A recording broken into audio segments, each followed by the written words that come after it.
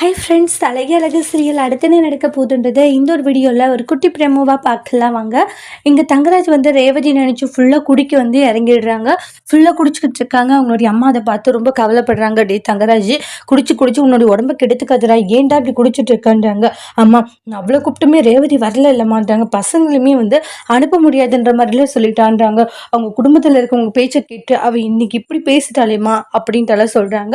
தங்கராஜ், அவள் வந்துருவாடா, எத்தனை நாளைக்கு அவங்க இருப்பான்றாங்க. அவங்களுடைய அப்பா அம்மாவே வந்து அமுச்சு வச்சிருவாங்கடா, அதனால சும்மா தேவையில்லாம எல்லாத்தையும் நினைச்சு நீ அழுதுகிட்டு இருக்காதுறான்றாங்க.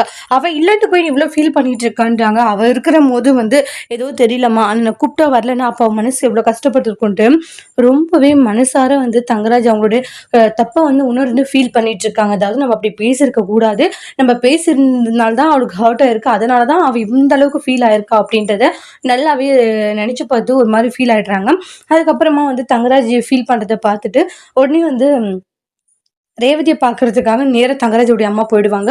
உடனே வாங்க வாங்க அப்படின்னு சொல்லிட்டு உள்ள ராகவும் ராஜலட்சுமி கூப்பிட்டு உட்கார வைக்கிறாங்க. ரேவதி கிட்ட பேசணுன்னே ரேவதியுமே வராங்க. அதுக்கு அடுத்துதான் வந்து ரேவதி, நீ இல்லாம தங்கராஜ் ரொம்ப கஷ்டப்படுறாமான்றாங்க. என் புள்ள பண்ண தப்பு தான், அடிச்சது தப்பு தான்றாங்க. இனிமேல் அவன் அப்படி எதுவும் பண்ண மாட்டான். அவன் ஃபுல்லா குடிச்சு குடிச்சு உன்ன நினப்புல வந்து ரொம்ப கஷ்டப்பட்டுக்கிட்டு இருக்கான். தயவு செஞ்சு வீட்டுக்கு வாமான்னு ரொம்ப ரெக்வஸ்ட் பண்றாங்க. ரேவதி சைலண்டாவே இருக்காங்க. பாக்கியராஜ் இருந்துட்டு என் தங்கச்சி ரேவதி எங்கேயும் வரமாட்டான்றாங்க. அவ பட்ட கஷ்டம் வரைக்கும் போதும்ன்றாங்க. பண்றதெல்லாம் பண்ணிட்டு இப்ப கூப்பிட வந்திருக்கீங்களான்றாங்க. ரேவதி கிட்ட பேச வந்திருக்கேன் நான்ன்றாங்க ரேவதி. அத்தையோட பேச்சு மதிச்சு வருவேன்னு நினைக்கிறேன். வயசான காலத்துல இவ்வளவு தூரம் உனக்காக இந்த நேரம் கூட பார்க்காம வந்திருக்கேன்றாங்க. தயவு செஞ்சு வாமான்றாங்க. ரேவதியோடைய முடிவு என்ன, அவங்களுடைய அத்தையோடைய பேச்சை கேட்டுட்டு தங்கராஜோட வீட்டுக்கு போக போறாங்களா இல்லையன்றதை அடுத்த வீடியோல பார்க்கலாம். இந்த வீடியோ பிடிச்சிருந்தா லைக் பண்ணுங்க, கமெண்ட் பண்ணுங்க, ஷேர் பண்ணுங்க. மறக்காம நம்ம சேனலை நீங்க சப்ஸ்கிரைபர் பண்ணிக்கோங்க. Thank you friends.